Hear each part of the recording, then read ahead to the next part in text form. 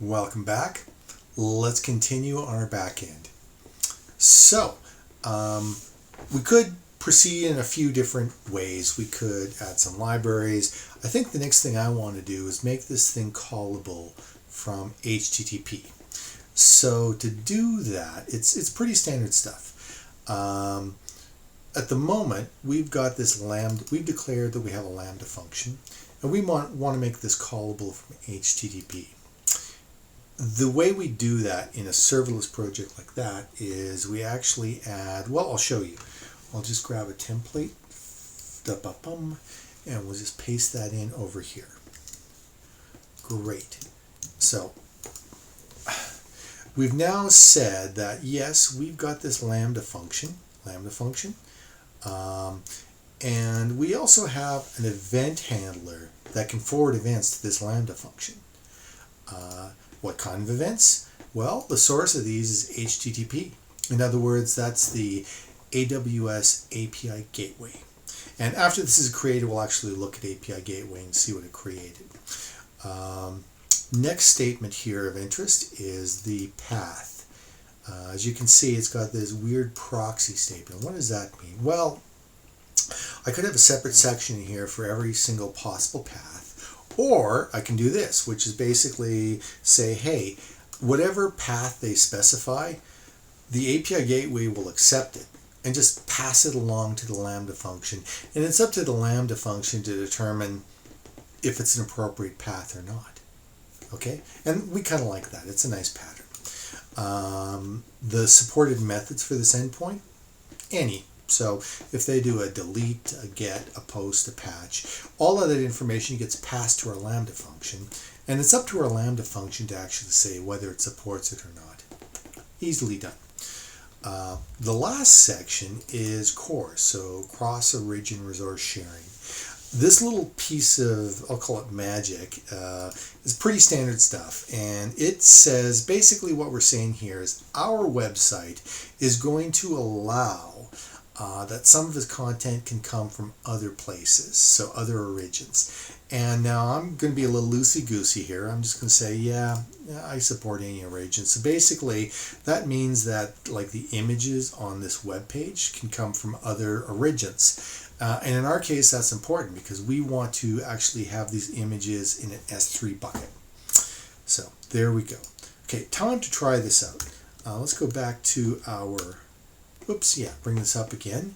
That looks good.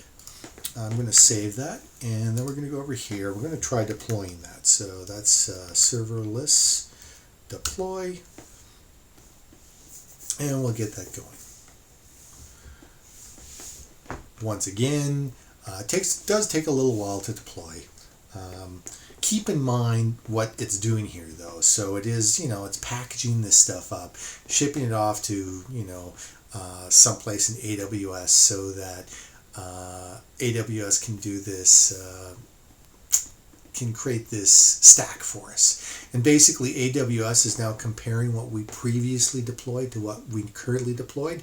And if it sees any differences, and it should notice that, oh, now there's an API Gateway. It adds it, and lo and behold, there it is right there. So now we can see, in addition to everything else, we've got an endpoint being created. Here's the endpoint. As you can see, here's the path. And it also says, oh, and by the way, there's this proxy. In other words, there's some other little piece of information that we have to provide. Okay, that looks pretty good so far. Let's test this out. So I'm going to use a utility called Postman. Let's bring up Postman. And we're going to try to do a post. The reason why we want to do a post is because a post has got a body, right? And we do know that our Lambda function wants a body. So that Lambda function does something pretty simple. It basically, whatever got sent in, it just basically echoes all that information back. So if this is working, shouldn't be too hard. We should be able to see the information we need. So let's grab this. So first of all, we don't need any authorization. We didn't set up any authentication for this. For this particular website, not an issue. Let's go to, what am I missing here? Ah, yes, I need a request. So let's add a request. Here is the endpoint, and we're going to make this a post. We're going to do a post because it is expecting a body. The content actually isn't important, although it is expecting JSON, so I'm going to say raw. I'm going to say the type is JSON, and we just put any old JSON payload here. So we'll say hello world. Right? That's a valid, oops. Now it's a valid JSON payload. Gotcha. Okay, so I'm going to do a post here. Oh, and egg on my face. So for some reason, it's saying, ooh, it's forbidden. Missing authentication token. Well, this can actually be caused by two things. One is you may actually set up your API gateway and say I need an authentication token. But in this case, actually, it's because I haven't specified a path that's valid. Remember the proxy? Basically, we're expecting this plus something else. We're expecting more on this path. So I'll just type in test. Okay, and I think that should, let's get rid of this yellow message. I think that should work. So now, same thing, I'm doing a post to this endpoint. It's got a path. It's got that test path. We're passing this dummy payload, and we're going to send this. And let's see if it responds. And yes, it does. If you remember, go serverless, right? And this is, wow, there's actually a lot of stuff coming in. And in here, eventually, yeah, so this is the full payload that we're being passed. And somewhere in here, let's just do a search. I'm expecting hello. There it is. The body, if I could spell hello, the body is indeed hello world. So no surprise there. Anyways, that's basically the next step. We've just shown that we've created an API gateway that responds to our request. Before we move on, let's see, I'm going to do two things. I'd like to maybe save what we've done so far. So I'll just say add API gateway.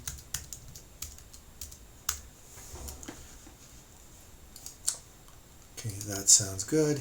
But more importantly, I just want to show you guys a little bit about API Gateway. So we're going to go to API Gateway. This is AWS Console. Oh, there we go. In AWS Console, I search and find API Gateway. And sure enough, we've got Dev Portfolio here, created today. So this is the API gateway that the serverless project created for us. And to refresh your memory, we did say that we do, it's the path is proxy. So the proxy means basically, hey, whatever path they type in, it's okay. Pass it along to the Lambda function. Although you can't have a blank path. If you had a blank path, yeah, it won't allow you. That's okay. We're always going to have a path.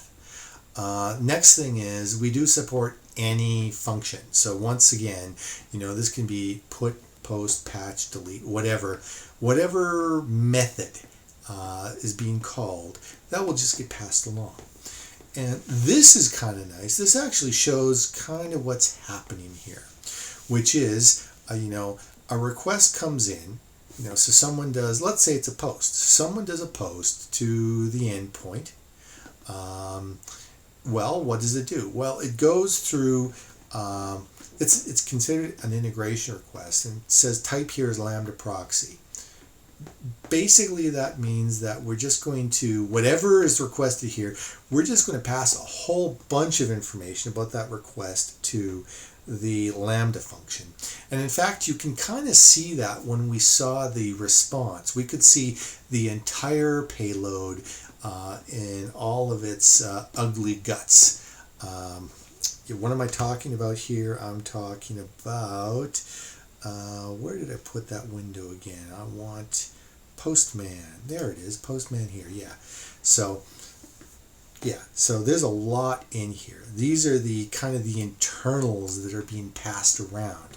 And because we've declared ourselves to be a lambda proxy, we're just passing it through, and this function here has got access to all that data.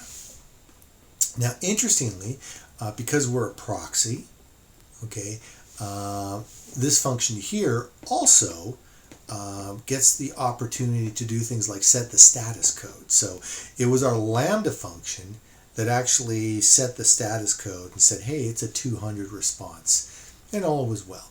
So that's basically the round trip of the data through here. Options, that's all about cores. We don't need to worry about it for now, but basically this is saying, hey, we'll honor your cores option requests. So yeah, that's basically it. Now, one other thing though, this is the definition of our API gateway, and this has been deployed. I'll go over to stages. This has been deployed to the dev stage, right? So I'm going to expand this, and this basically shows us that we actually have an API gateway that's been deployed, and there's this devs. This is considered to be the development stage. And here's the URL. So this is the same URL we saw earlier from serverless. And it's saying, oh, this is what people call in order to invoke this particular API gateway.